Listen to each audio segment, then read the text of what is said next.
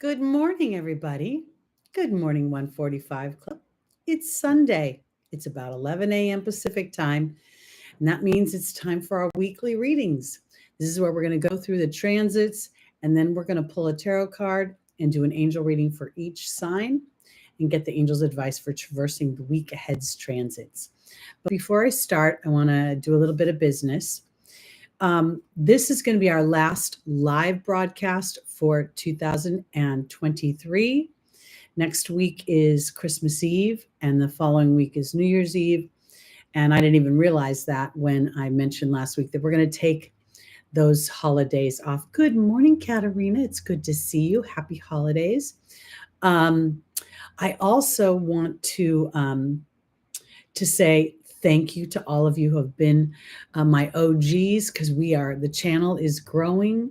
We are very close to 9,000 subscribers, which is very exciting.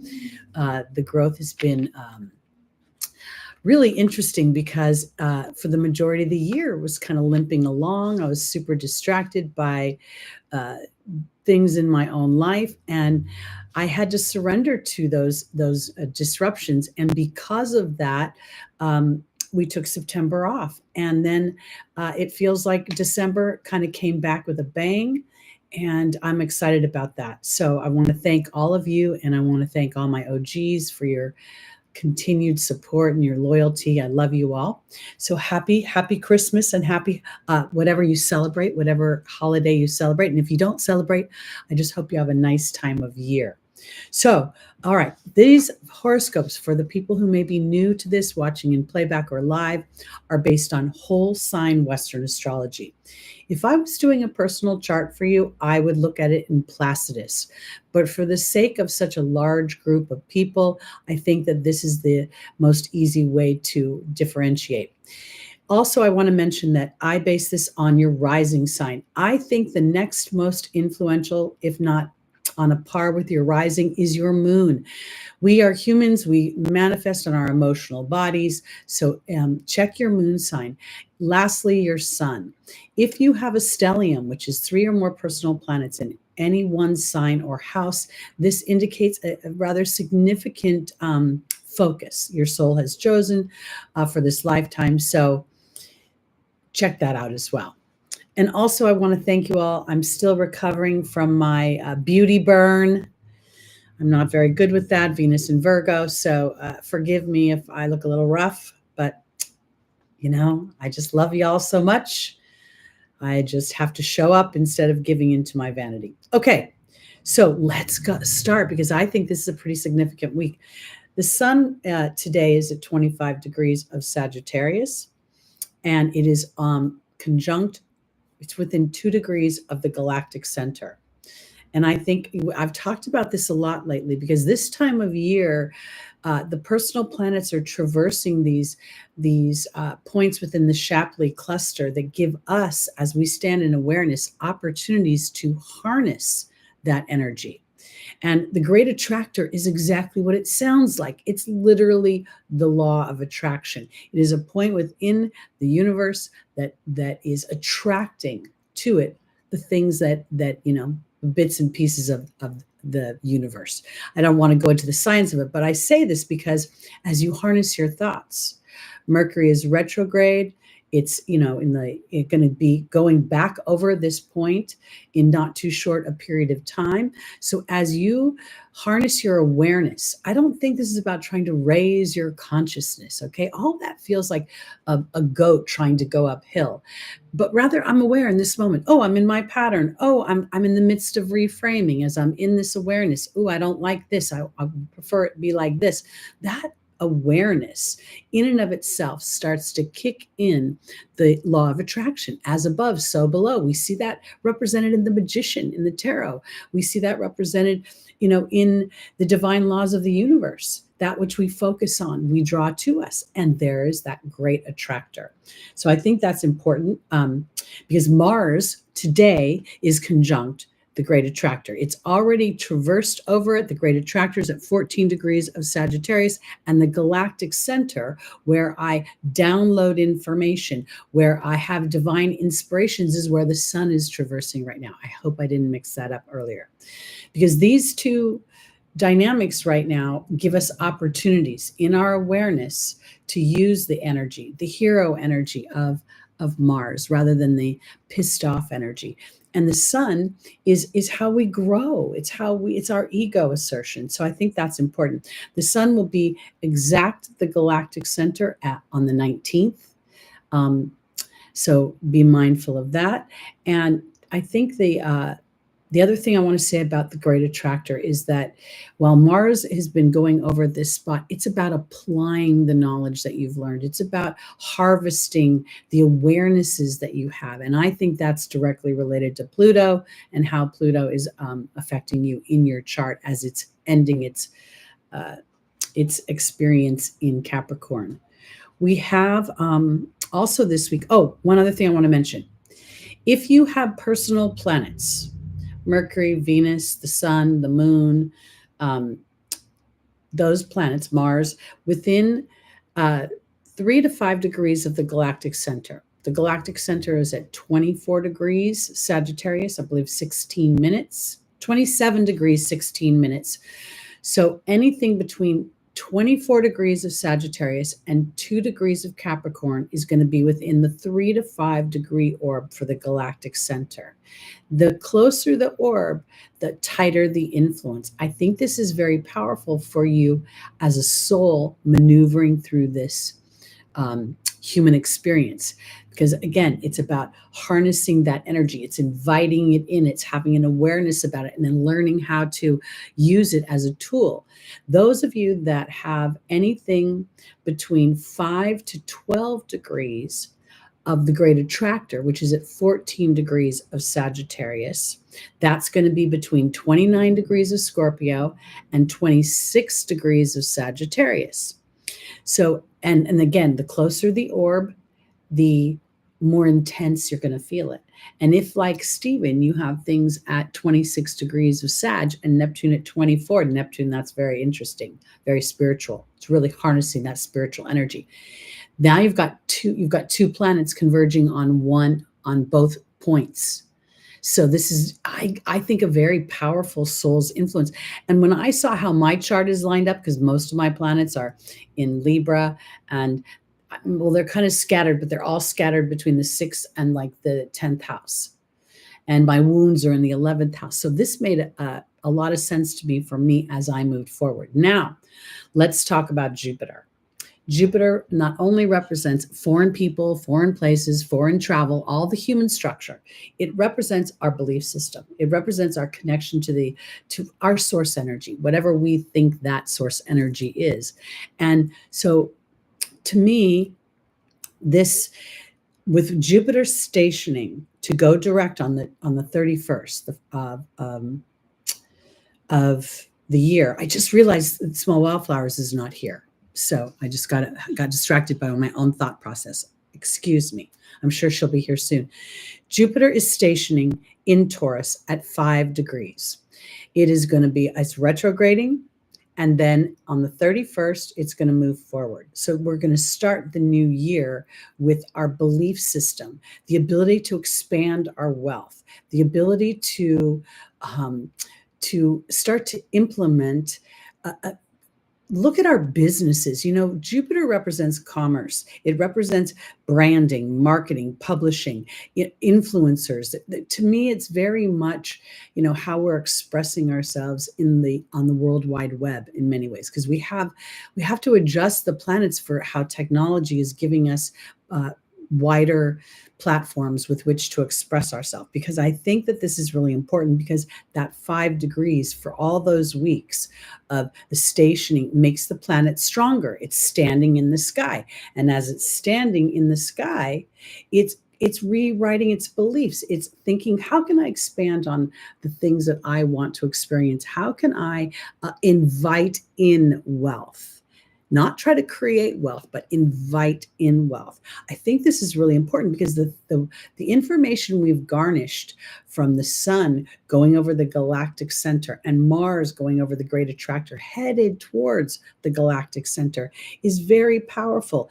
Now on the 22nd, we have the sun at 0 degrees of Capricorn, and then we have Mercury retrograde at 0 degrees of Capricorn conjunct on the world axis. Okay. And this world axis in the natural chart is up there at the top of the chart. It's like basically the highest point of the chart. So I think this is very powerful because this Sun Mercury conjunction, while it's on the world axis at that 0 degree, and that the world axis is 0 to 2 degrees of any one of the cardinal signs. So that's Capricorn, Aries, Cancer, and Libra. And at the same time that we have the Sun Mercury conjunction, so Mercury's reviewing its belief system, reviewing the structures it's built, reviewing all that sort of Capricorn Sagittarian energy, and again going to go retrograde over that galactic center, offering divine inspirations and solutions. Now we have this conjunction is trine Jupiter, and it's sextiling Saturn. Saturn is at about, I think, 2 degrees. I forgot to write the degree down. I say this because this gives me an opportunity to look at my history, look at where I've been, look at what I've built. And rather than villainizing it, if it isn't aligned to what I want to experience in the future, it very much gives me an opportunity to look at how I can build upon that. One of the ways I became, I believe, a more effectual intuitive was when I stopped trying to define the cards as they were written and as the people wrote the books, but I let spirit use my experiences like a file cabinet. And when I would get that feeling, oh, this relates to that happened to me, it made those challenging points in my life. It made those parts of me that felt unseen. It made sense. It made me feel as if I had a plethora of tools to work with rather than anchors that were victimizing me to my experience. So I think this is a very powerful period of time to sort of reconcile our histories, extract the wisdom from them versus victimizing ourselves to the darkness of them. And in that, I think we will start to see so much of us blossoming as these years move forward and as Pluto offers us liberation in moving into Aquarius. So, okay, let's go into our readings. I don't know where, let me see if she's texted me. She hasn't. I'm so surprised that Small Wildflowers is not here. All right, so I'm going to ask you guys to help me out. Again, I have clients this afternoon, so if you don't mind doing the timestamps, I'd appreciate it.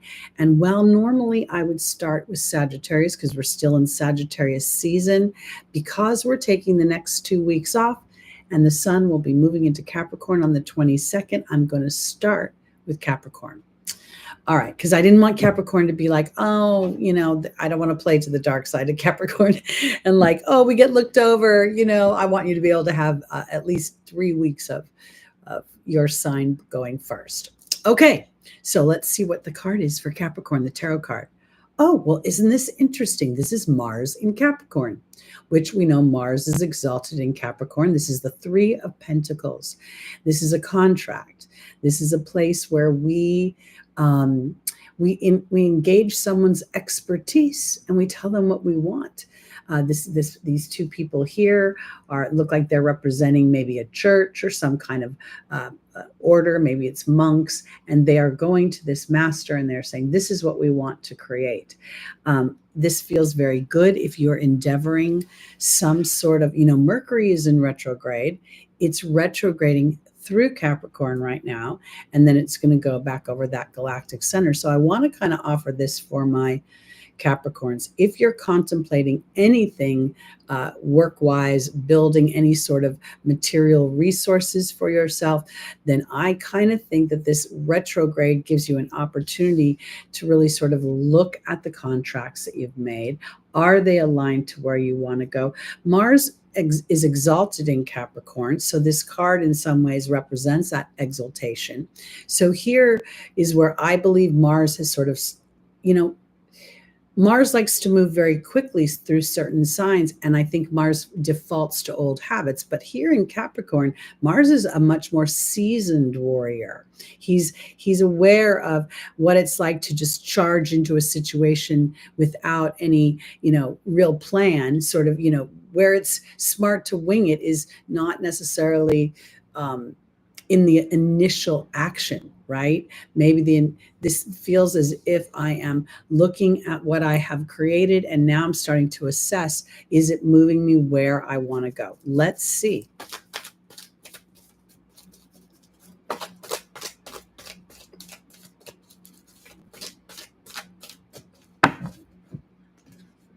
Our first angel is Archangel Uriel.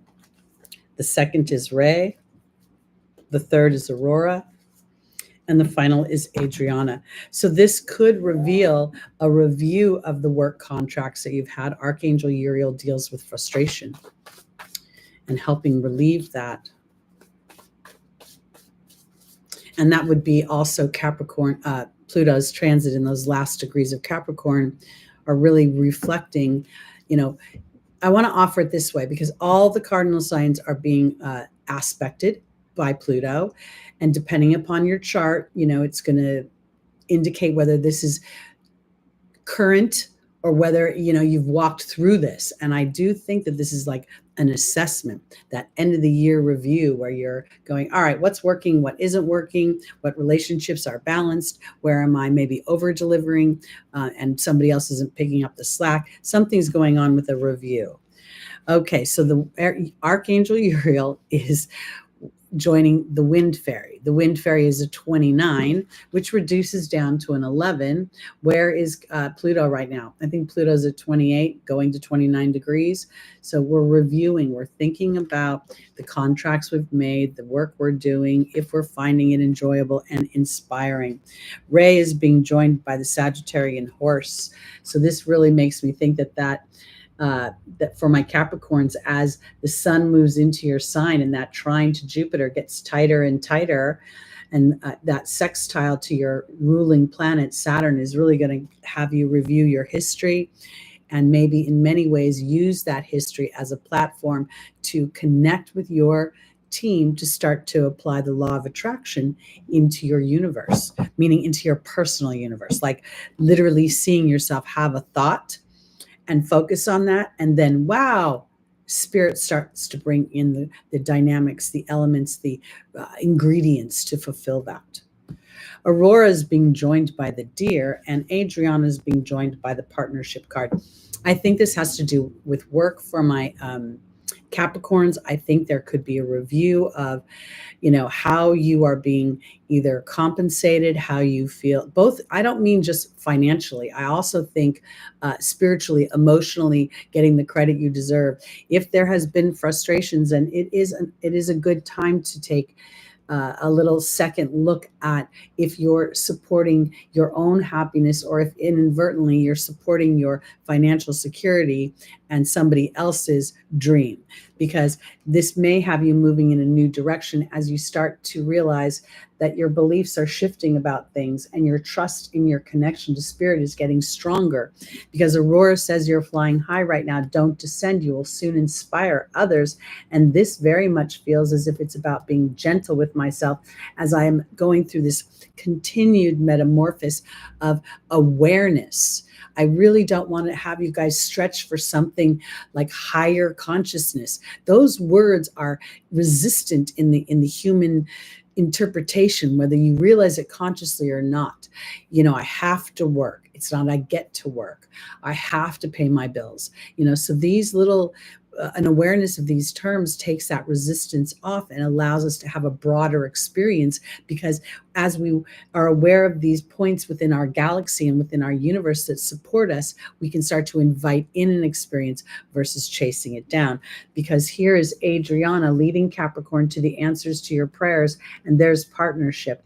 And I don't think this is, because of this Three of Pentacles, I don't think this is about personal partnership. I think it's about somewhere how you make your resources. Again, the 2, 3, and 4 of each one of the minor arcana suits represents the cardinal energy of that suit. So this is Capricorn energy, and it's Mars in Capricorn. So this is about being brave a little bit, in you stretching your definition of yourself and how things come to you. You know, Capricorn's going to think, I have to work hard. I got to get out there. I got to pound the pavement. And you may also inadvertently have a little bit of your history coming in where you didn't win, and you're trying to, stave off that experience again. And I think that's where Jupiter's saying, hey, it's time to move into a new direction of thought and allow yourself to walk through that same similar, maybe dynamic, and see a different experience come through. All right, let's go on to our Aquarius's rising, moon, sun, and stelliums. I'm very surprised that we haven't heard from small wildflowers. This concerns me a little bit. Pardon me, there's some sort of tickling thing behind me. All right, here we go, Aquarius. Let's see what your tarot card is. Oh, the Empress. Ah, what a lovely energy. She represents Venus, as you can see the signs all over the place. She represents bounty. She represents exactly the law of attraction, because she is just sitting back and relaxed. Her whole pillows and what's propping her up is like the base color chakra. She's the partner of the Emperor here, and very much represents experiencing bounty within the earthly realm, within the, when I can't help but notice that often you'll see in the major arcana, the crowns always have stars. They always have sort of this connection to a bigger version of me. I guess this is the way I want to say it. And I feel like when I look at her scepter here, it's about taking ownership of it. So I'm gonna digress a little bit, just a wee bit, not really. So Pluto's gonna move into Aquarius. Okay, then Pluto's gonna hit Taylor Swift's Venus at 1 degree Aquarius. And I'm convinced that that's when she's going to get married. That's when her whole life is going to change from being single to being not single anymore. So I want to offer it this way, because as I've been playing with the Pluto energy and more aware of it, and I'm looking out into the world and how other people have had Pluto transits that felt very scary, and yet on the backside of that, there was great happiness and love and fulfillment. So I want to offer it this way, because Aquarius, I want you to embrace the idea that Pluto's moving into your first house, that this is a time when your life can change in a way that provides bounty, provides abundance, provides things that come to you that's lush and rich in its flowing energy. All right, let's see what the angels have to say.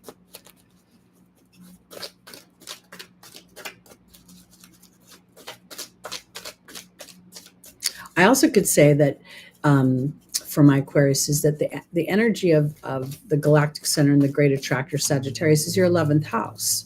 So there could be expansion for you in that regard as you play to the 11th house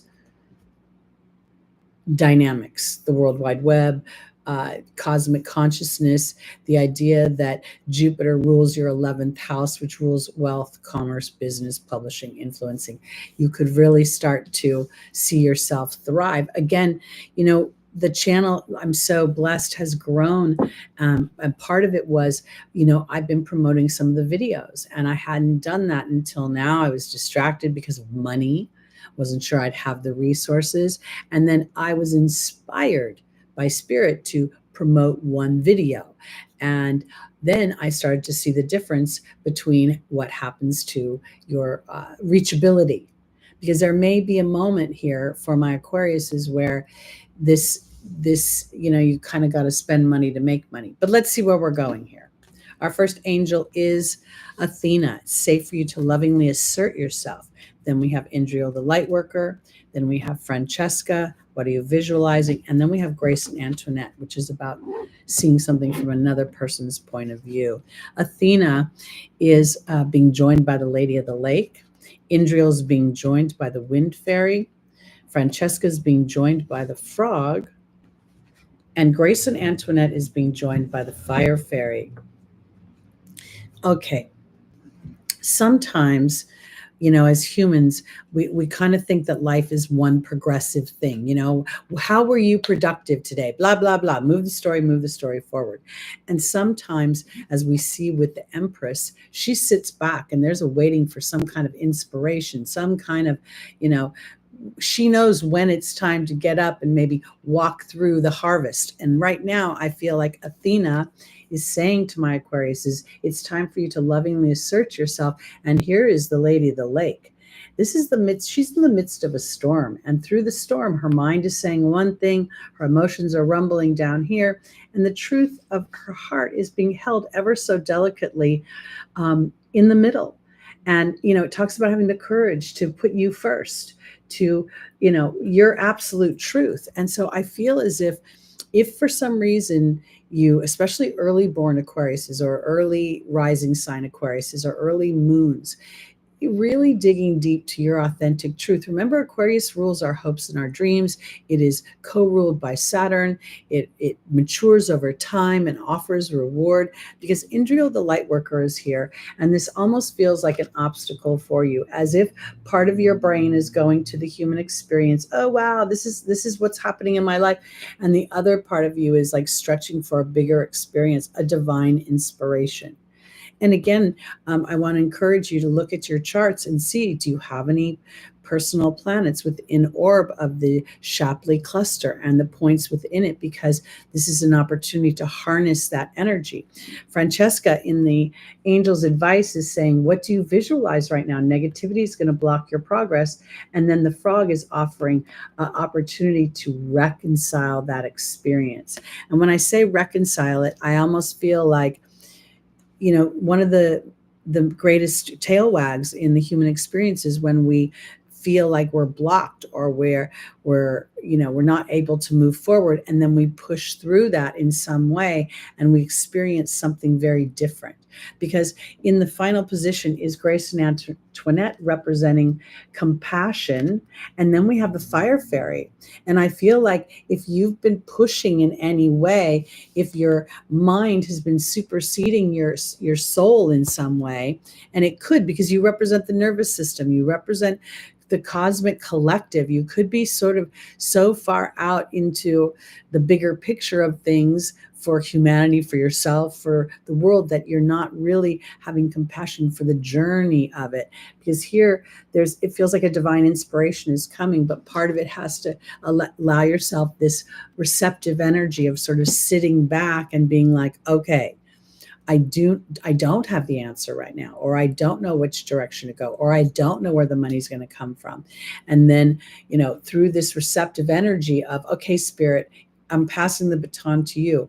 I want and ask ever so gratefully for you to lead the charge to my abundance, to my bravery.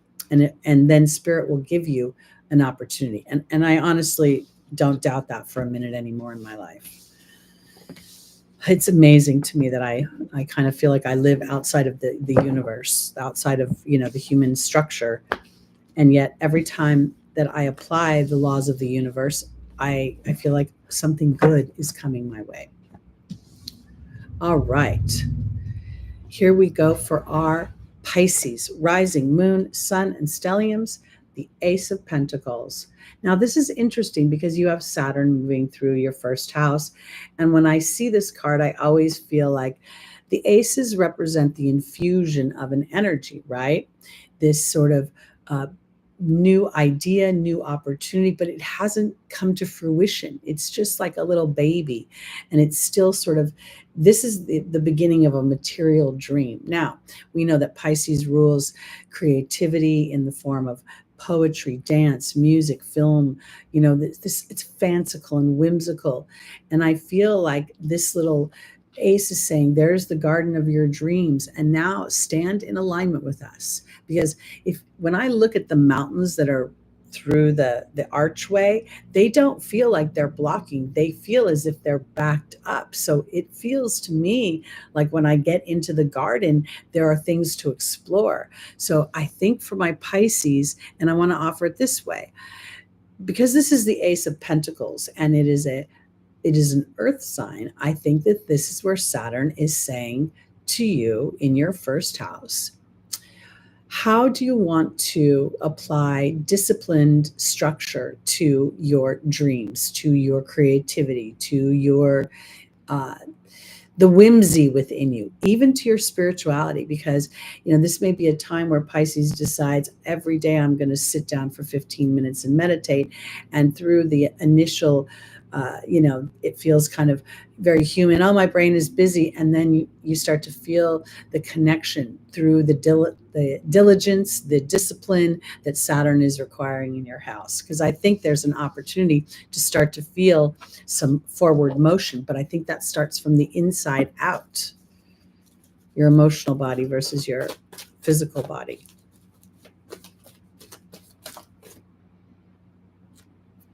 All righty. Our first angel for our Pisces is Bethany, self-care. The second is Sonia, connection to spirit. The third is Isaiah. And the final is Serena, money, money, money, money. Ooh, I love money. We love money. We do. Not the money itself, but just what it provides us. Peace of mind. So something's coming in. So it's time to give yourself the benefit of the doubt, Pisces. It's like, okay, I get it. All those planets were retrograde. I had to pass the baton on to spirit. I also, as a Pisces, get to practice self-care as a form of compassion and empathy. All right, here's the Bethany and the deer. Sonia is being joined by the goblin. Isaiah is being joined by the movement card, and Serena is being joined by the raven. Okay. So we know that Saturn can feel restrictive and limiting and kind of like a big old wet blanket, right? In Saturn's most challenging energy. Now we know that Saturn has been going through retrograde. So it went through the 0 to 7 degrees this year, really giving you, Pisces, an opportunity to delineate, to differentiate between what you want for yourself and what you inadvertently think you want for yourself because other people would like it for you or it serves other people. There's something very much about doing like almost a double take. Is my dream, or is my dream the dream others will approve of? Because as you take care of you, I think this really is about gentleness and diplomacy with your own journey of a certain awareness that it's very nice to be compassionate to someone else, but it can inadvertently victimize you in a way that makes you feel obligated to lifting something else up and selfish about lifting you up. And I think Spirit is asking you to differentiate between that, because there's your team, Sonia. So this is a really good time to connect with your team. Pisces, you're very good at that as well.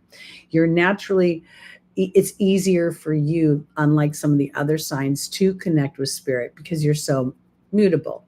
Now the goblin here is saying that up until now, you may have been edging God out because maybe things felt slow, felt like Saturn felt restrictive. Saturn felt like, oh God, I got to tell you, when Saturn's gone over some of my points the first time around, I always feel and I feel like, why do I bother? This is a big waste of my time. What is time? And then I start to kind of get something, and I start to appreciate that sort of, I want to call it downtime, because it helps me to actually reframe what I want. Because Isaiah is about new beginnings, but they're gestating. This is about new beginnings, but it's still gestating. And here is the movement card. So I think part of the gestating is for Pisces to differentiate between themselves and somebody else. And sometimes we have co-dreams, but where are you as the co-creator in your own personal dream? Because somewhere money's about to come through for you. And we see that evidenced here. And I want to offer this because when we have money and we have resources, it's easier to see our dreams coming true. Serena is all about money and being serene about allowing God to bring you the resources that you need. And then there's the Raven, magic, coincidence, and synchronistic events. Magic is alignment to source energy, but that Raven is sitting on a skull. And the skull has no meat on it. So whatever you have been walking through that may feel Saturnian, limiting, like I've got to pay attention to the big man, the authorities in my life. This is an opportunity to reframe who's the authority in your life. And then to systematically, because Isaiah is offering a gestation period, so you get comfortable emotionally and then move into those physical inspirations of action. Because this synchronistic events feels like we're moving into 2023. 2024. And as we move into that, we have the great conjunction between Jupiter and Uranus. And that could really shift things pretty dramatically for a lot of people and in a very favorable way. Okay. Let's go on to our Aries, rising moon, sun, and stelliums.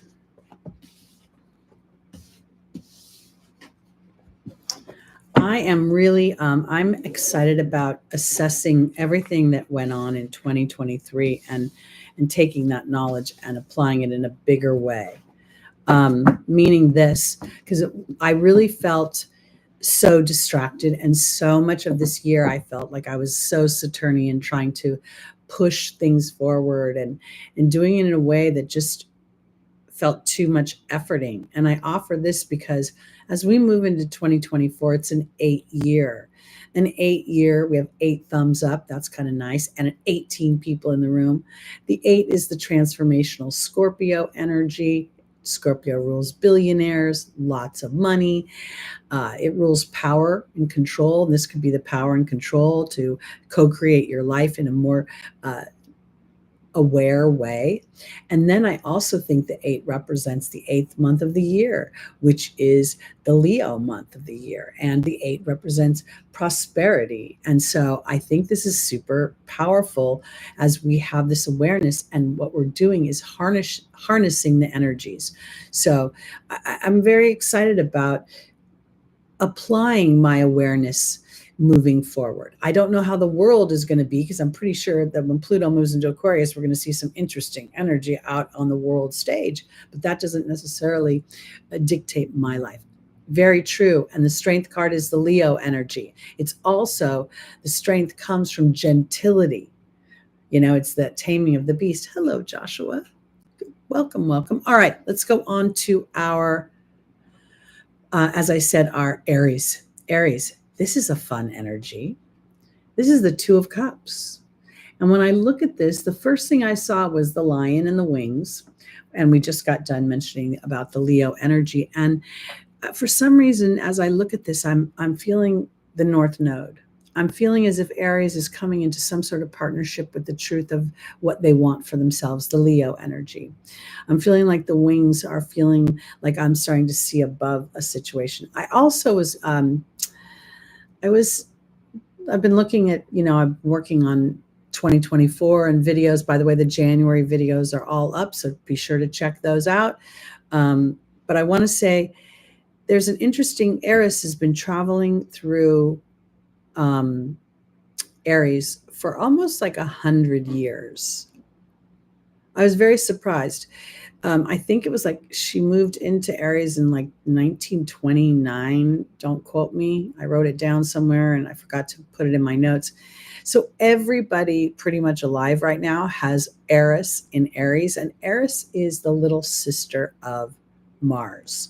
Eris represents this sort of street fighter that stands up for what she believes in. And now she's traveling with the North Node in the sign of self. And the North Node is what we're stretching for. And I think that this feels like it's Aries experiencing the flip side of Mars. This is the hero energy. This is the energy of bravery and courage without a hothead, but a determination and an assertion that says, I'm not taking no, you know what? Because that's what this feels like. I don't know, maybe the cards will say partnership is on board, but it hit me so strong as it's in a partnership with your own self, and you're starting to rewrite all the icky parts that people have every single time I listen to an astrologer, the very first thing they say about Aries is, oh, the god of war. It's sort of annoying because it infers something dark, and oftentimes war is a liberating energy. It's shifting, saying no to oppression or limitation in some way. So let's see where we're actually going with this. All right, Aries, rising, moon, sun, and stelliums. We have Archangel Gabriel here. That's all about communication, self-talk, and your self-expression. She talks about having a life's purpose in communication and the arts. We have in the angels, in the opportunity or the obstacle, Athena, about lovingly asserting yourself. We have Oceana in the angel's advice. And then we have Ariel. This is very much feels like it's about you. I think, Lucy Rose, I so get it. I feel like there's an integration of two parts of myself. And I feel like as they integrate, they become like a couple, like knowing when the human part of me should take the lead and when spirit should take the lead. And this looks very much like that for Aries. We also have Chiron going through Aries, and Chiron, represents a wound. It represents that wound transforming into a gift. So I think this is very powerful because as I think that right now Chiron's like at 15 degrees. Again, my brain might be jumbled with the degrees because I've been looking so far into January and February. But regardless, these points of the North Node and Eris and Chiron, they're traveling together for quite some time. So are you brave enough to Aries, rising, moon, sun, and stelliums? Are you brave enough to stop telling the story of you that you don't like and start telling the story of you that you do like? All right, because we got double down on the friggin' thoughts right here with the Wind Fairy and Archangel Gabriel. Archangel Gabriel represents an insecurity. Turn it over to Archangel Gabriel, and she will transform that insecurity, because as you're aware of the insecurity, that's where the bravery comes in.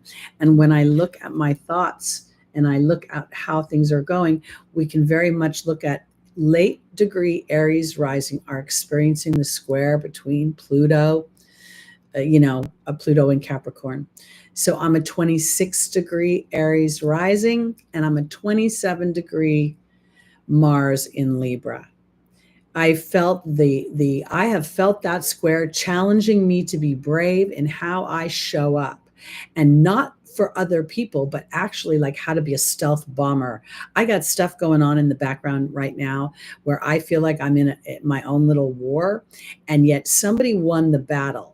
But I feel Spirit's hand. I feel like I'm a knight of the round table. And as I've learned to tame my Martian energy from just blurting out everything I know and showing all my cards, I've learned how to be smarter about it.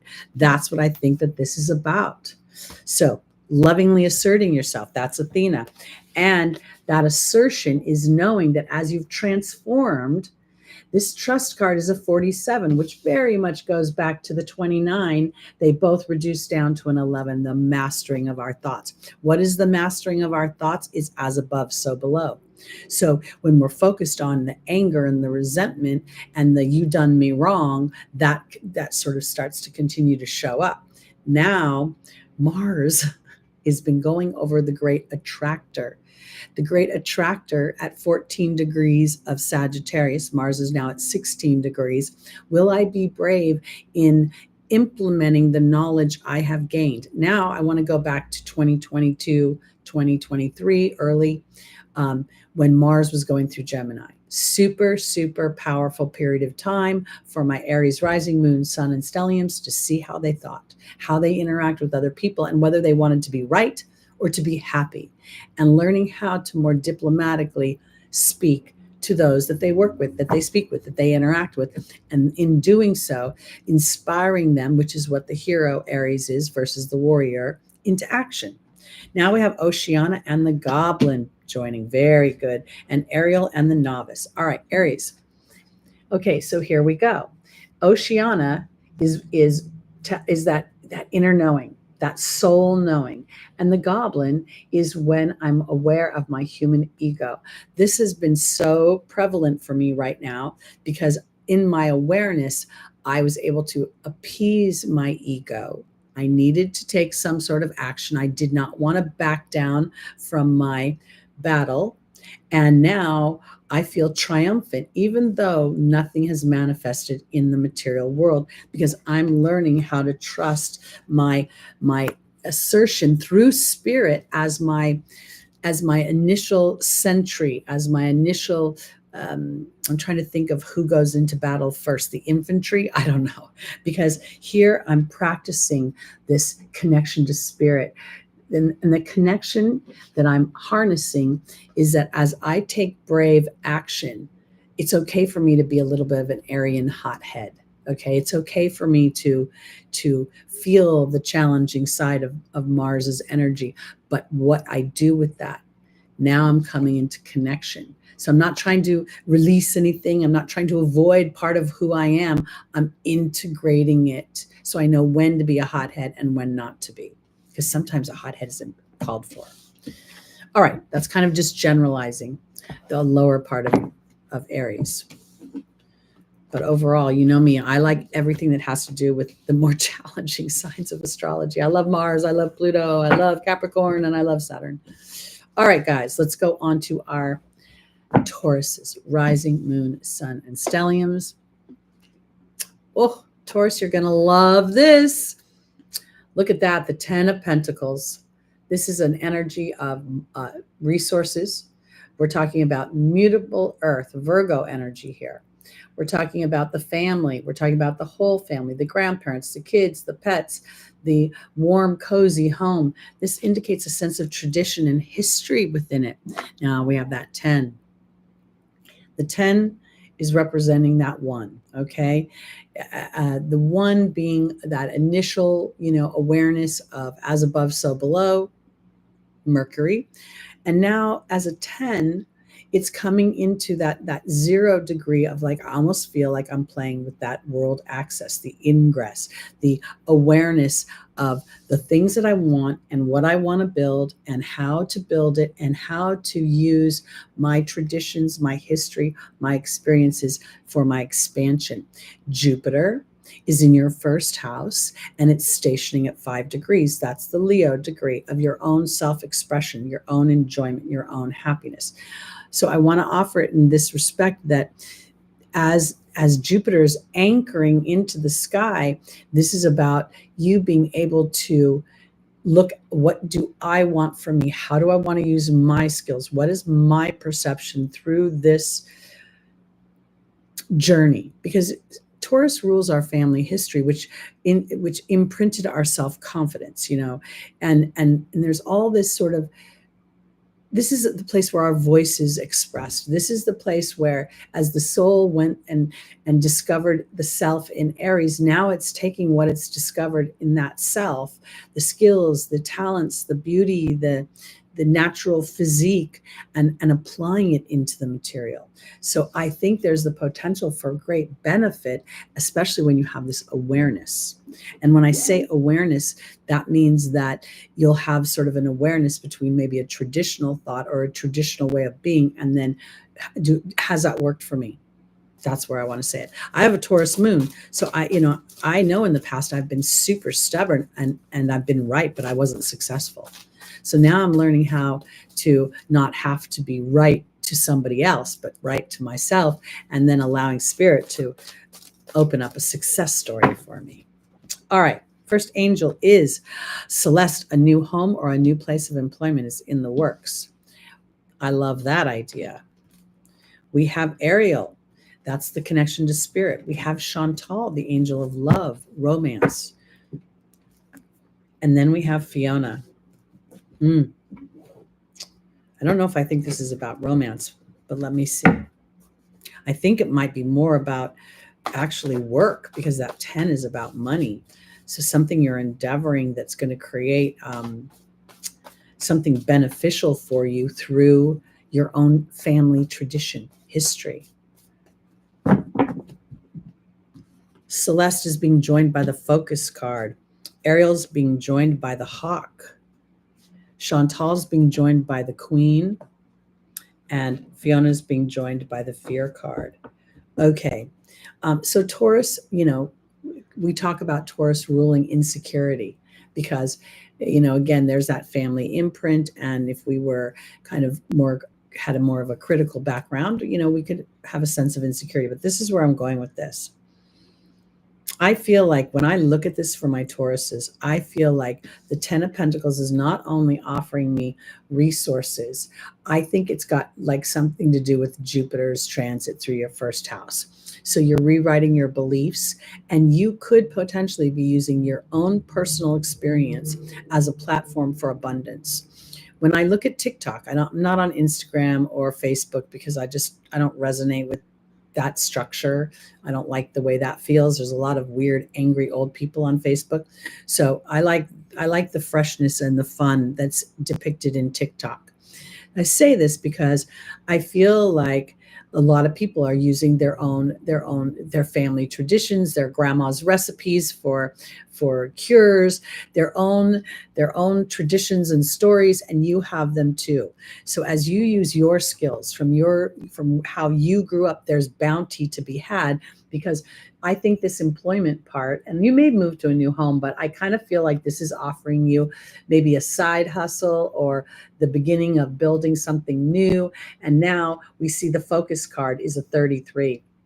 So focusing in on where you want to be moving forward, Jupiter is still going to bring expansion and can bring more wealth. And as you allow your personal experience to be sort of the relatability, if you build it, your tribe, those that think like you, the law of attraction will bring them into your space, because Ariel is saying that new psychic and spiritual experiences are changing the way you view your history and how you make money. And now the Hawk is offering a broader perception, which is very Jupiterian. And there's also signs and omens, plus the Hawk is an 11. And then we look at the Focus card. Taurus is learning about focus. As I focus on this, I draw the recipe, the elements that I need into my experience, and then I start to play with them. Because now, I didn't think this was going to be about love, but I think Taurus is starting to learn to love playing the game of the universe, bringing them the things that they want. It's like you're becoming more, Uranus is in your first house as well. Uranus is innovation, technology, the future. And I believe that as Uranus moves into Gemini, in like 2027, I think it is, we're going to start to really know that thoughts are things. We're going to start to realize that when we're worrying, or we're going to know if people are worrying, we're going to not want to be around them because they're going to slime our energy. We're going to start to actually root this into the real world, because I think Fiona says, now that you've asked God and the angels for help, be open to receiving.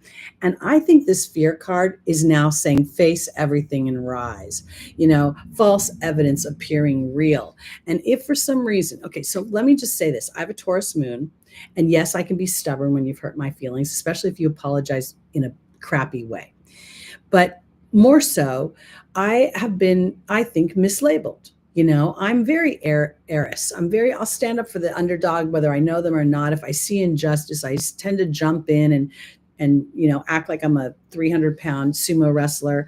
But here for my Tauruses, I think that this is about you and using that story of where you've been and now elevating that story, using it as a story that says, yes, I had this, and now this gave me an awareness, and that awareness started to rewrite my story.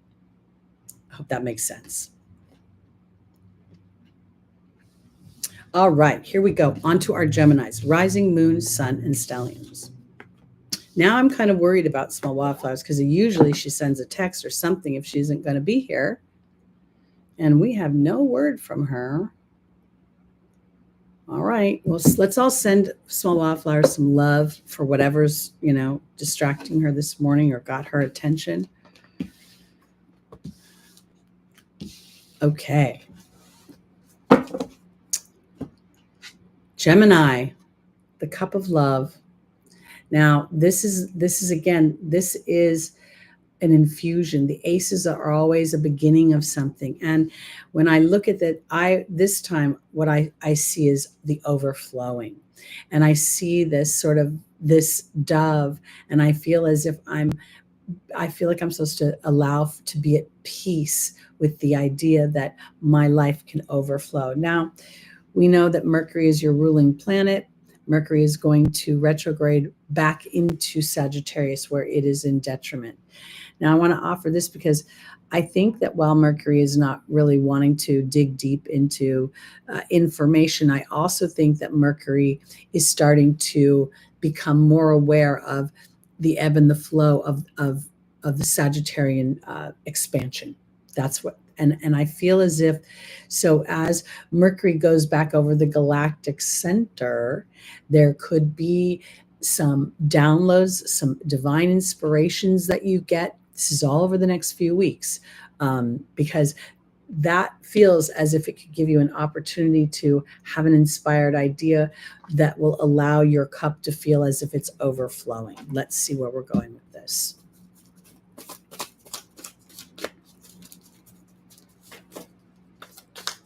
I don't know if you guys noticed, but we are at almost 9,000 subscribers.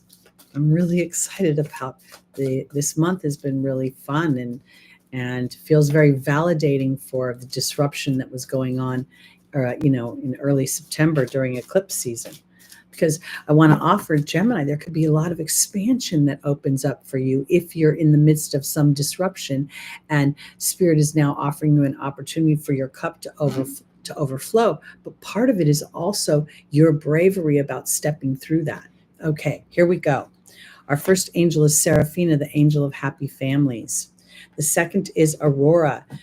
It says you're flying high right now, which may threaten others, but don't descend. Continue. You will inspire them. Celeste is a new home, new place of employment, also a shift in the way I'm thinking.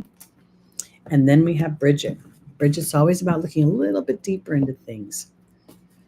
I know. Isn't that cool? I guess I haven't been getting any exposure, and now I'm getting a little exposure, and it's fun to see people responding in a way that makes me feel valuable. All right, Seraphina is being joined by the communications card. Aurora is being joined by the horse. This is for Gemini, rising, moon, sun, and stelliums. Celeste is being joined by the forgiveness card, and Bridget's being joined by the restriction card. Well, Mercury's retrograde, so we know that creates a review of things. Because when I look at this, now I'm starting to think that Seraphina is, while we talk about a happy change to your family, when I see the communications card, I could talk about families, but I kind of want to say that Gemini can have a committee in their head, They could have so much information that it could be bouncing back and forth. You represent the twins. You represent choice. When we look at the Lover's card, which is a Gemini energy, it's the choice of lover. And that sort of creates a trajectory in my life. So there's something about this that makes me feel as if there could be the potential that Gemini is going through something that's making them aware of everybody's communication, not just their own. I want to offer this, everybody's communication within the family. Now, when I see Aurora and I see the horse, I feel as if Gemini is maybe applying a little bit of their, when we think of the horse, I think of Sagittarius. Your ruling planet's about to go over the galactic center for the second time. It will do it 3 times. I think that this is really an opportunity to connect with spirit and maybe potentially stretch for something that up until now you did not think was possible because your brain was too mercurial. Because I now think that Celeste is maybe, I have been thinking Gemini could potentially get a new job, but I also think, pardon me, that there's something in the way that you're thinking that may be rubbing up against those in your family. And even if it is rubbing up against them in a way like, that's not realistic, I don't know where that is in my everyday life, just stay the course, because something will reveal itself. Because this indicates that God is going to bring some sort of divine inspiration. And now you could potentially be, because Bridget's about looking deeper, and then we've got this restriction card. And I almost feel like, okay, that Mercury retrograde is really about reviewing things. What's my self-talk? How am I responding to the people around me, especially the close people around me? My workmates, the people I live with, the people I interact with, my family. And while I feel as if I have an awareness of communication, I don't think it's about trying to school anybody in their communication, but staying the course in your own communication, which is why I think the forgiveness card comes in. But it feels as if we might go through this whole Mercury retrograde before Gemini experiences the new structure of this experience. I say that because Mercury is going to go back into Sagittarius, then it's going to go back into into Capricorn, and there we're going to build new structure. And this Mercury transit hasn't happened since 2016 to 2017. So I think you're revisiting something going on during that period of time. And if you remember what was going on, then it may have some sort of synergy or some sort of connection with that. All right, let's go on to our Cancers, rising moon, sun, and stelliums.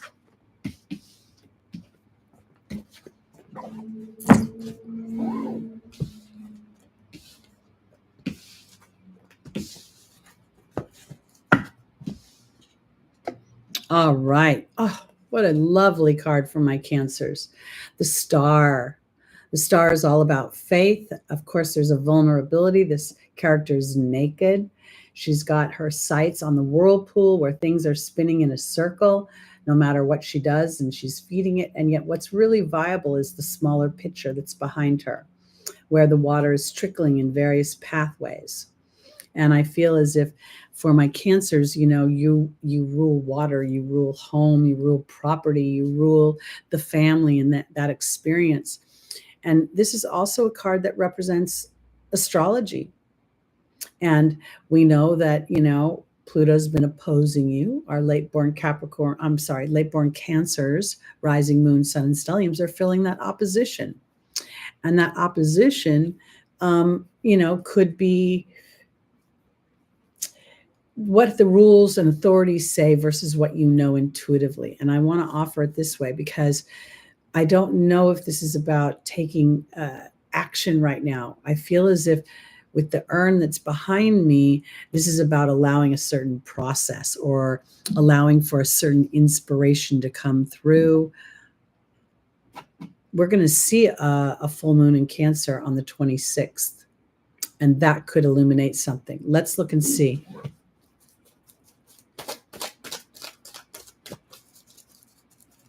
Thank you, Joshua, for the timestamps. Oh, Lucy Rose, I'm sorry to hear that you lost your mom. I know that was back through in 2016, 17. Interestingly enough, I lost my family. I mean, they didn't die, but they completely exiled me. They put me out to pasture. It was the last Christmas I spent with them. Wow, Lucy, that's really wild that she passed during a full moon in the sign of the mother. You know, I want to say this, Lucy, that might be a good time for you to be meditating. You may be able to connect and get divine inspirations from her soul. All right, Cancer, here we go. Your first angel is Yvonne, our angel of vulnerability. The second is Aster, reach for the stars with your dreams and desires. That also doubles down on the star card. Rosetta is about parenting, teaching, working with children. And then we have Archangel Gabriel, which is about communications. All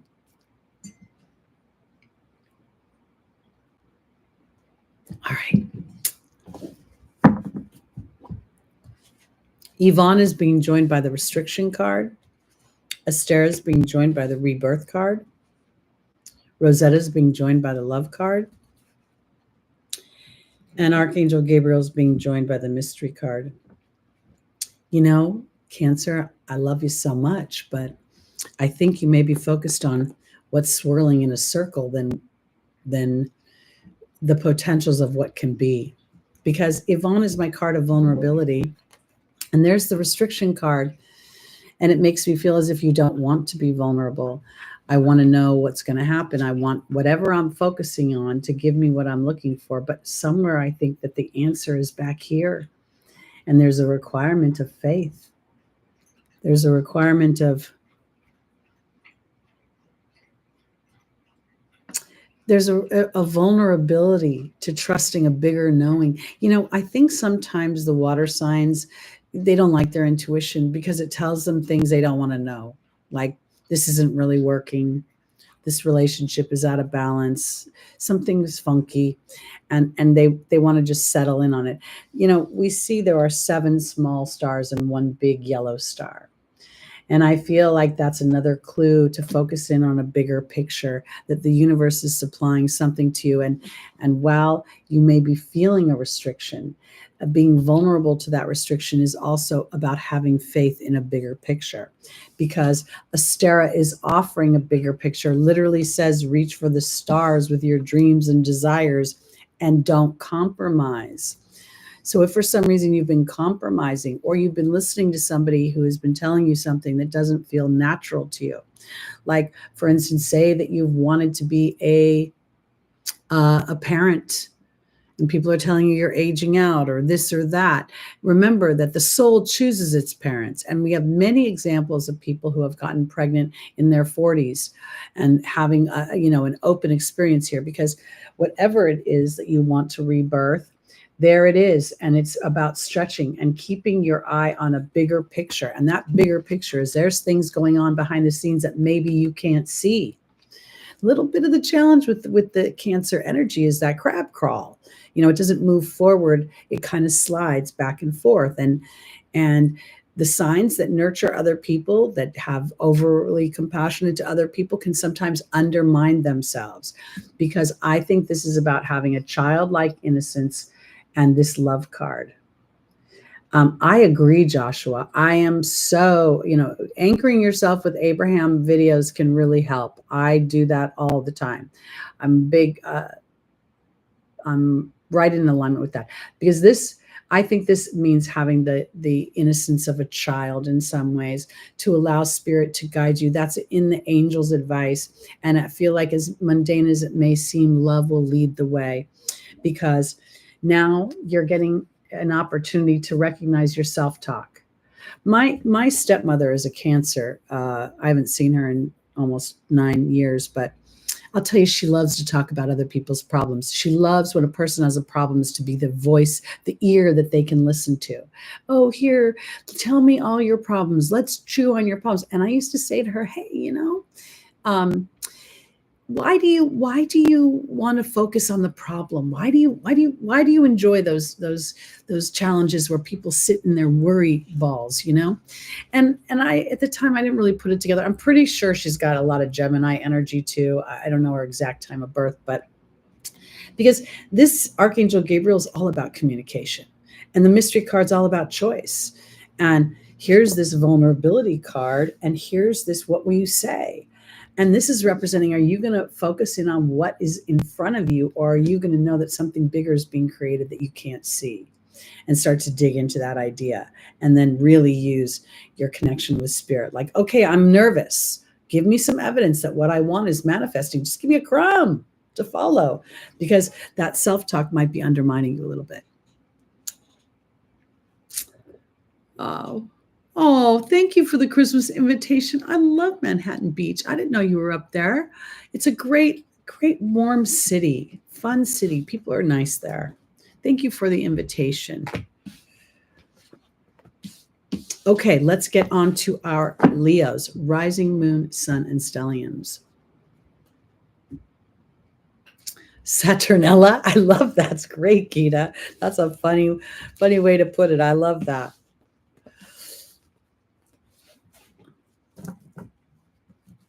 I think, I love that you brought that up, Joshua, about Abraham, because I want to offer this, you guys.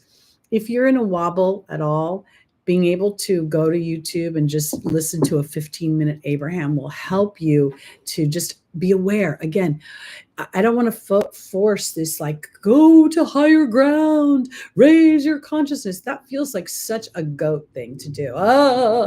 But an awareness, I'm in a wobble. How do I want to feel? First, I'm going to give myself grace. I'm a human being. I'm in this apparatus that knows how to wobble better than it knows how to balance. That's all. Grace, awareness. Okay, here we go, Leo.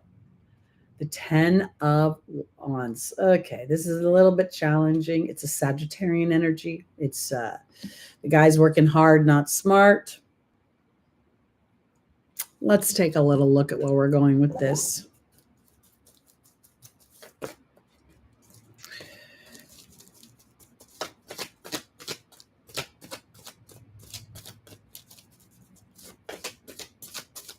As I look at the card, oh, thank you.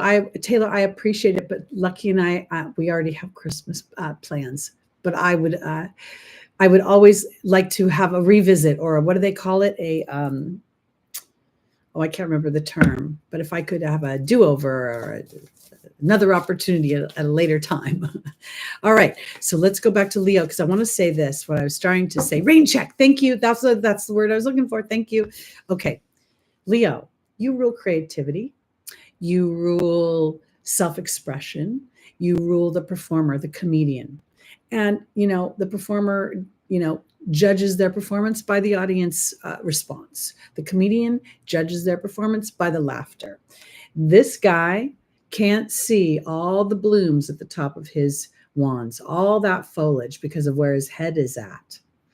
So let's see if maybe, because this is another 10, the 10s are ones. Ones are all about, how am I responding? How am I thinking? What is my brain loop? Our first angel is Isaiah, the angel of new beginnings, new ideas. Astera, reach for the stars with your dreams and desires. Caressa talks about the end of a life cycle and new happiness awaits. And then there's Ariel, new psychic and spiritual experiences. Excuse me.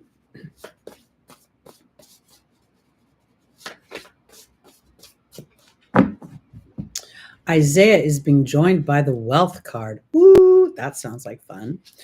Astera is being joined by the dog. Caressa is being joined by the trust card. And Ariel's being joined by the bear.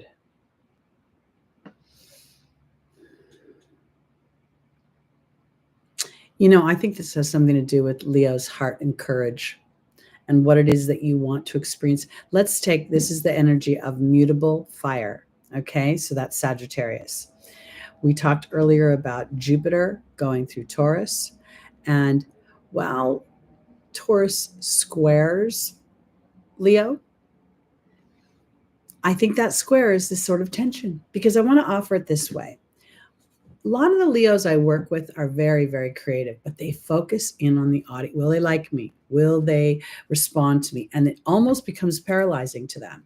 And I really always try to emphasize, if you think you're funny, if you think you like what you're doing, then it will find its natural audience. So to me, I think that this is sort of like, what am I focusing in on? Because this guy's focusing in on the burden. And yet he could have rearranged these wands in many ways. He could be holding them, with his head held up. There's an inspiration. Look how bright yellow his hair is. This indicates that he's not solar plex chakra power comes from what you're thinking. 10, the thoughts, the brain, the bright hair. And then I think that all these wands have greenery on. They're growing. So now Isaiah is a gestation period. New ideas are coming in. And then there's the wealth card. I think that many people will be experiencing new ideas, new opportunities, new ways to make money. And technology is also going to start to support that. There's a few years ago, we didn't have drones. And now I was watching the Great Christmas Light Fight, and they did this drone thing that was so cool, that with these little glasses, this guy, whatever his name, Oosterman, I can't remember his first name. He got to go up into the sky through the glasses with the drone, because I'm trying to say for my Leos that you can't necessarily look at what you're seeing with your eyes and see your opportunities. Part of it is that there's something going on that's bigger, and your job is to just stay in the lane of what makes you happy. Because Astera is saying to reach for the stars with your dreams and desires, and this represents loyalty to your own self for me.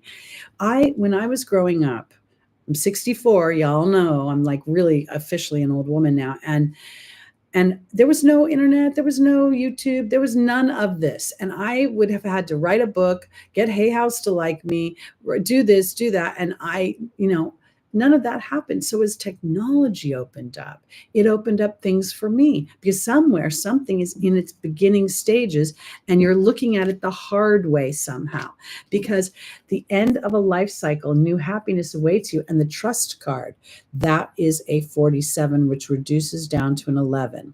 The dog is a 19, which reduces down to a 1.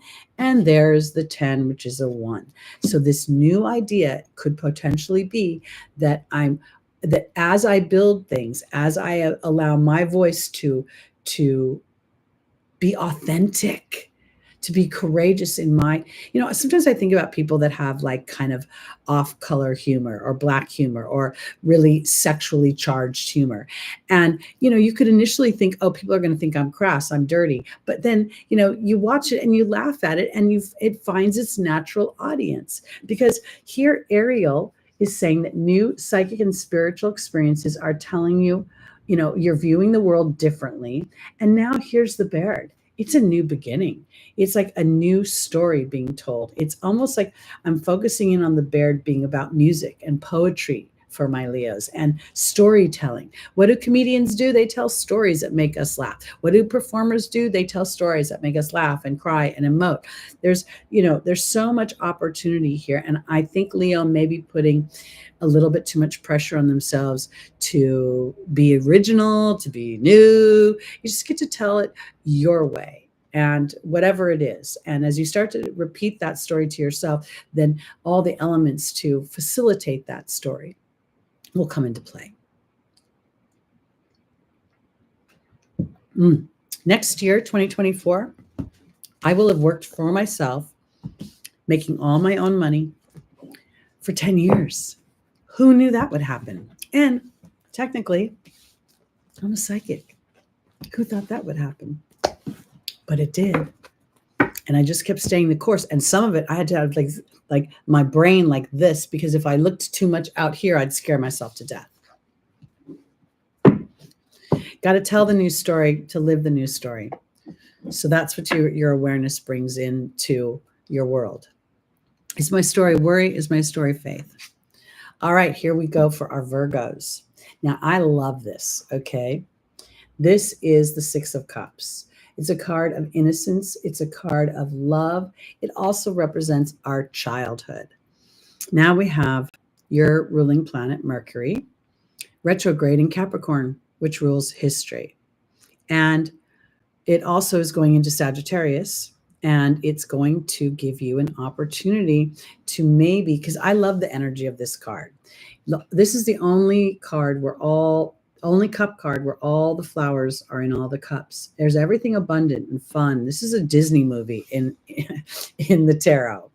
And I feel as if there's the potential that this Mercury retrograde could give my Virgos a sense of maybe even a childlike innocence with the world, realizing that they don't have to be perfect, that sometimes their greatest opportunities to be of service to others is to allow themselves their own mental health day, to allow themselves their own version of how they want to make their money. Virgo rules employers and employees. And we often focus in on the slavery aspect or the service aspect. But if we look at it, that it rules employers, that you can be the master of your own money doing something that you love. And there's a good potential that it could be birthed from an idea from your childhood or from a childlike innocence. Let's see, Virgo, where we're going.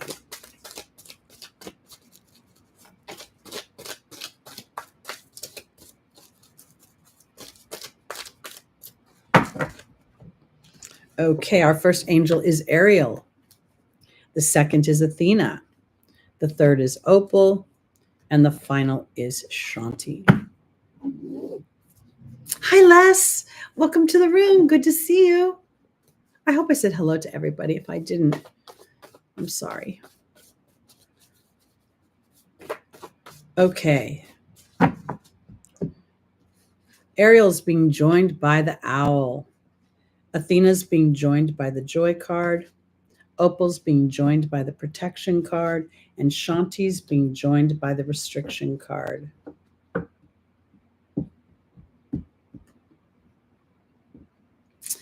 You know, I got to say, this is interesting to me because when I look at this, it almost feels as if Virgo might be struggling with putting them the childlike energy forward.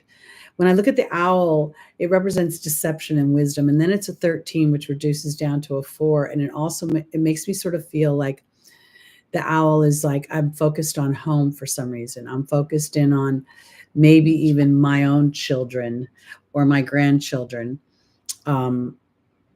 Because Ariel is talking about new psychic and spiritual experiences, and I feel a little bit like Gemini could be going back and forth between feeling duty to others and not necessarily maybe putting their inner child first.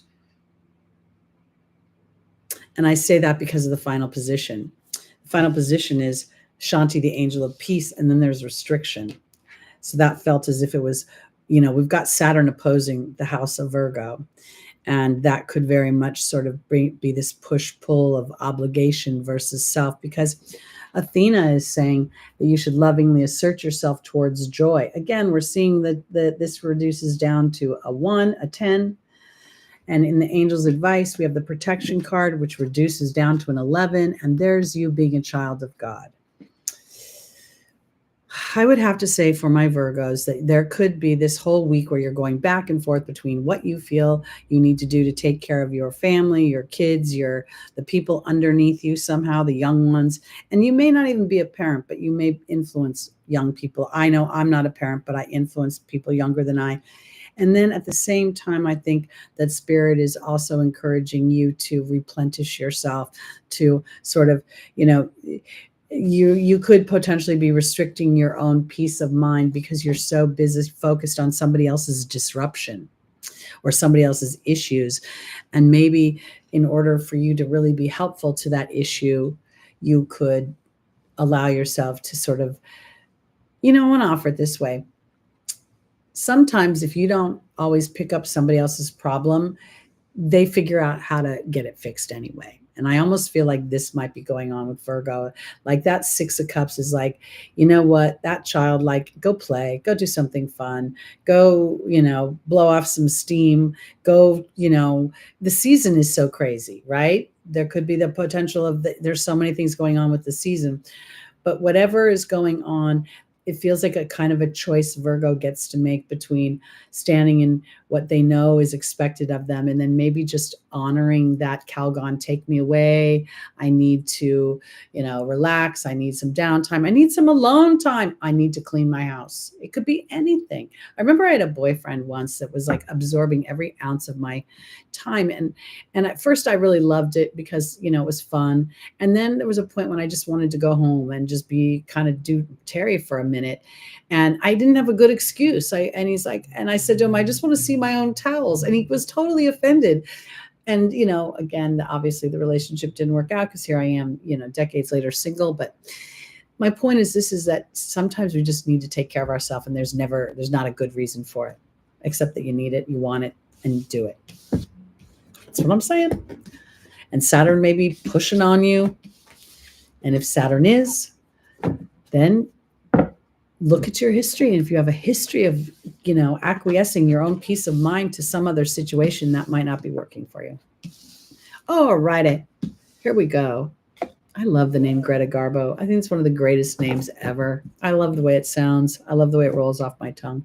All right, Libra, are you ready? Here we go. Temperance. Oh my God, if this isn't a Libra card, I don't know what is. Balance and, flow. When I look at this Temperance card, again, I see Archangel Gabriel. The eyes are closed. Through the eyes are closed, I'm being able to access my third eye. Inspirations are coming. There's flow.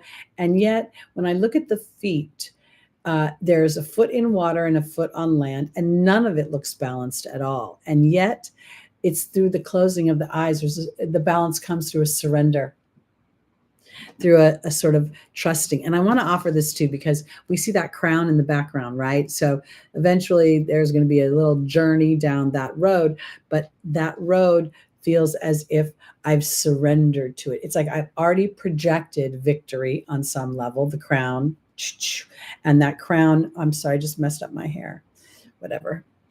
Oh my goodness. Sorry. But because the crown to me resonates back to what's happening around Archangel Gabriel's head, that divine inspiration by surrendering, closing my eyes, trusting my intuition. See it? All right, here we go.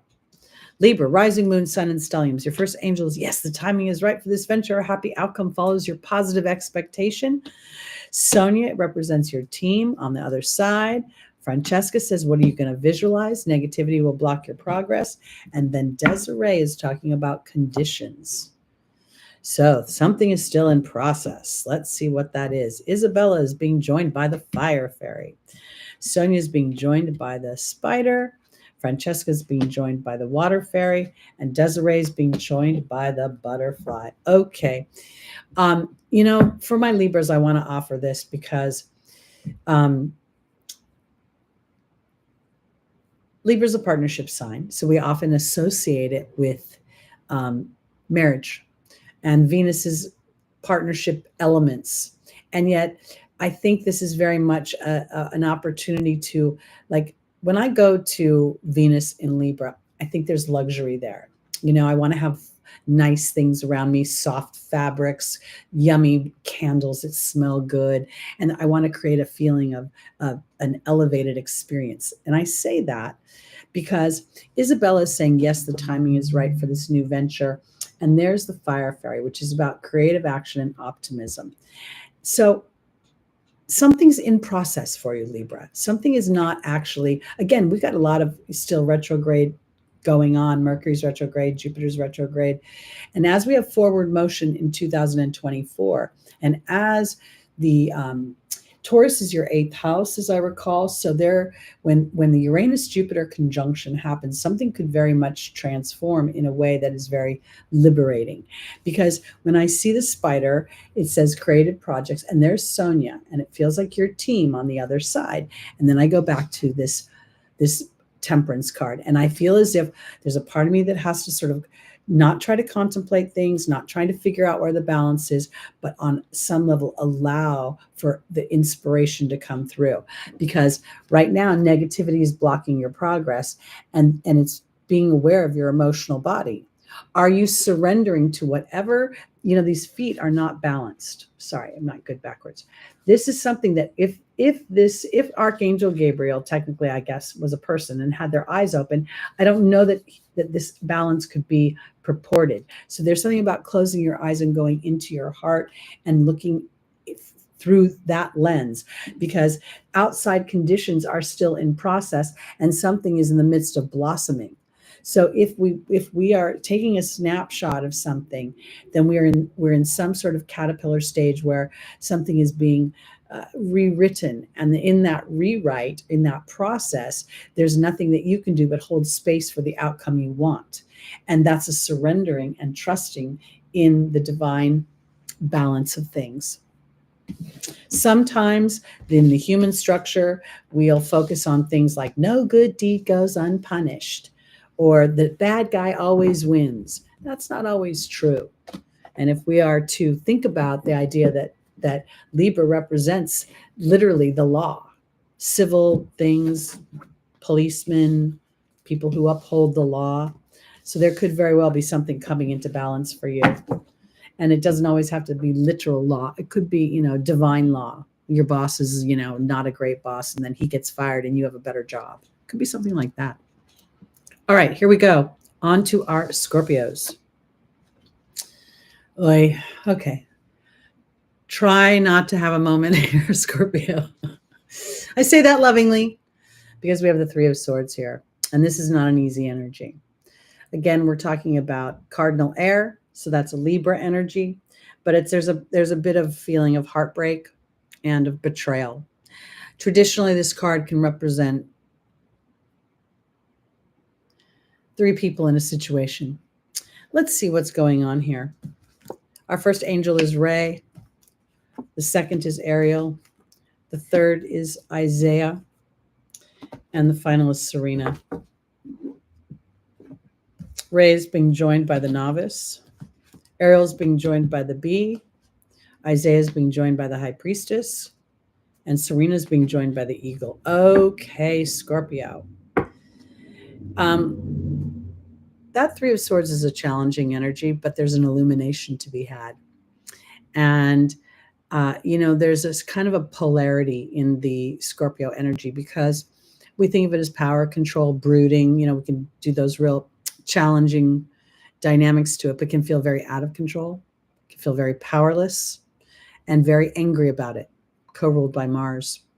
And so I want to offer this because if for some reason you've experienced a dissolution in some relationship or you found yourself third wheel in something, then this is an opportunity for a new beginning. And in some ways, a rising like the phoenix, because that's what you also represent. And I spoke earlier of Pluto's transit. Now, Pluto is going to start squaring Scorpio. Early born Scorpios will feel the square as, it goes into Aquarius, and that might, create that tension. But I want to offer it this way. We have seen people in the media recently, I know I'm kind of turned into a Taylor and Travis groupie and a Swiftie. I don't know how that happened, but, Taylor experienced a breakup of a very private 6-year relationship. She experienced a betrayal when somebody sold her library to Scooter Braun.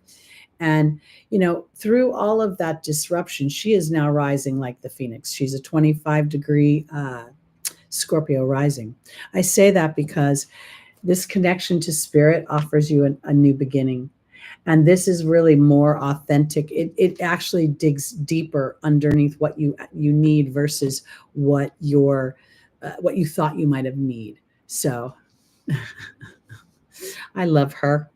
Okay, so now we see Ariel. So we see a connection to spirit 2 times. You rule the dead. You rule death and rebirth. So you naturally rule a connection to that which cannot be seen. And then there's the bee card. So I think for my Scorpios, your victory comes from your connection to spirit as spirit starts to illuminate a wisdom of a new beginning. And let me offer it this way, because if this is somehow related to your money, finances, your work situation, because that's what it feels like to me, this could be the best thing that ever happened to you. I started working for myself 9.5 years ago because I got so pissed off at this little girl that I worked with. I just couldn't do her anymore. I was sick and tired of her bossing me around, thinking she had some sort of dominion over me, and I quit my job. Because in the angel's advice, this is the unstable new beginning, but it's protection. And then there's this inner knowing of the high priestess. It's like literally all of the positions that are going on right here for Scorpio have divine intervention, connection. Ray's a divine connection. Ariel's a divine connection. The high priestess is a divine connection. And the eagle is absolutely a divine connection. So I think for my Scorpios that something distasteful may show up in little bits now, may show up in bigger bits. If it does, I think there's something much better coming. And I almost feel like a surrender to whatever it is will bring in a sort of a she who laughs last laughs loudest idea. Because there's Serena, the angel of abundance that comes effortlessly. And then we have the connection to the angelic realm. And this is about integrity. So you may find somebody stood out of integrity, but if indeed they have stood out of integrity, then you will rise above that. And that person may end up actually holding the short stick. I have this pet store across the way, and they've had the same 3 people working there for like all of Lucky's life. They bought it when he was a baby, and I've watched them and just found out that the guy that I think is the nicest person had been stealing from the owners and selling, what he was stealing on the internet. So this was a huge betrayal that the owners had. And yet I think that they will rise above it. So there's just something that feels a little funky for Scorpio. You do rule criminal behavior. So if for some reason somebody's been doing something shady, connect with spirit and they will get theirs. Karma's a bitch. Karma's choices. And usually people who make, shady choices, that's how it ends up biting them in the tush. All right, let's go on to our Sagittarius, rising, moon, sun, and stelliums, our final sign for the day and for the year. So you guys, I want to, again, send you my love through the holidays. All right, Sagittarius, here is the 5 of Wands. This represents the fixed air of Leo. Now, in that card, oftentimes I've seen it said this is competition. I don't really see that because none of these people in this card have any prowess with their wand. They're all holding them in some weird, awkward position, sort of trying to declare something, it looks like. And to me, the wands represent fire, creativity, passion. And now there's this weird, awkward energy on top of it. So let's look and see where we're going. Sagittarius, Ariel is our first angel. The second is victory in the form of Omega. We started with Sagittarius last week, and we start with the birthday month. Think that was Pisces last week? I'm confused. Okay, Sagittarius. Archangel Michael is in the angel's advice. And then we have Akasha, the teacher. All right, let's look and see. Ariel's being joined by the communications card. Omega's being joined by the hawk. Archangel Michael's being joined by the novice. And Merlin is being joined by Akasha. Okay. All right, here we go. I want to say this for my Sagittariuses because right now Mars is conjunct this week, the great attractor. And, Sagittarius is beautiful and rich because it holds these very powerful points within its sign. And I think this is an opportunity that while it may initially feels awkward, but I think that as you connect with spirit, there's the communications card. And I want to offer it this way, because when I advise my clients to speak to spirit, I advise it like this. If you're looking for a mate, rather than saying, oh, I want to be with Johnny, then you say, I would like a person who's kind, a person who makes me feel valued, a person who is demonstrative in their love, a person who shows up when they say they're going to show up. Talking about the characteristics of what you want. If you're endeavoring something creative, I want to work with people who are generous. I want to work with people who, support each other. And going into these characteristics is going to help you align to this great attractor, as well as the galactic center for those downloads and those information. You may be trying too hard. Your ruling planet is Jupiter. Jupiter sometimes can be a little bit Mr. Know-it-all. And here, I think that Omega, your victory, comes from starting to identify the signs and the omens that are coming your way. And I want to offer it this way because that hawk is an 11. So I think that part of this, your communication with spirit, is an expansion of that connection, that I'm not here making things happen in my life. I'm here as a co-creator. So I am influencing a situation, but every human that comes within that situation is also a co-creator. Because again, we have this weird sense of awkwardness and you're awkward and you're too close to me. Move your wand away. Because this is an unstable new beginning of practicing your skills. And those skills are directly related to your connection to spirit. Because at the end of the day, Akasha is the teacher. And what I think Akasha is offering you is magic. Magic in the form of Merlin, alchemy, justice, and balance. Going through all these retrogrades and going through this year of 2023, which is a year that had a very Libra feel to it. It was a 7-year of being able to intellectually assess things and then apply the air element to the things that I want. What is the air element? The air element is my thoughts. The air element is also the sword suit in the tarot, which most people refer to as strife and struggle. But that strife and struggle is born from our thoughts. Do I focus on worry? Do I focus on losing? Do I focus on holding the short straw? Or do I say, what does the short straw have to offer me? I know I want a bigger straw. Where is my focus? Because I think that this is really your victory comes in starting to connect with spirit. And then if you're unsure about your connection, is anyone listening to me? Then ask for the signs and the omens. And don't ask for one, ask for three of them. Everybody's reading pretty much had a lot of ones in it, combinations of being aware of our focused thought. Mercury, who rules thoughts, and Mercury that rules bits of information, not deep information, is about to retrograde back into your sign where it is not comfortable. So now I think that this is an opportunity to infuse and integrate the energy of Mercury with the broadness of Sagittarius. And in doing so, you have a perfect combination of gas on, gas off, and meaning here spirit inspires me, and here I know when it's my time to wait for information. Because sometimes when we take action based on unsureness and a wobble or fear, then we validate our awkwardness in a situation, and then we can actually scare ourselves into not wanting to move forward. Okay, that's it for today. I want to send lots of love to you all. I want you all to have a happy, safe new year.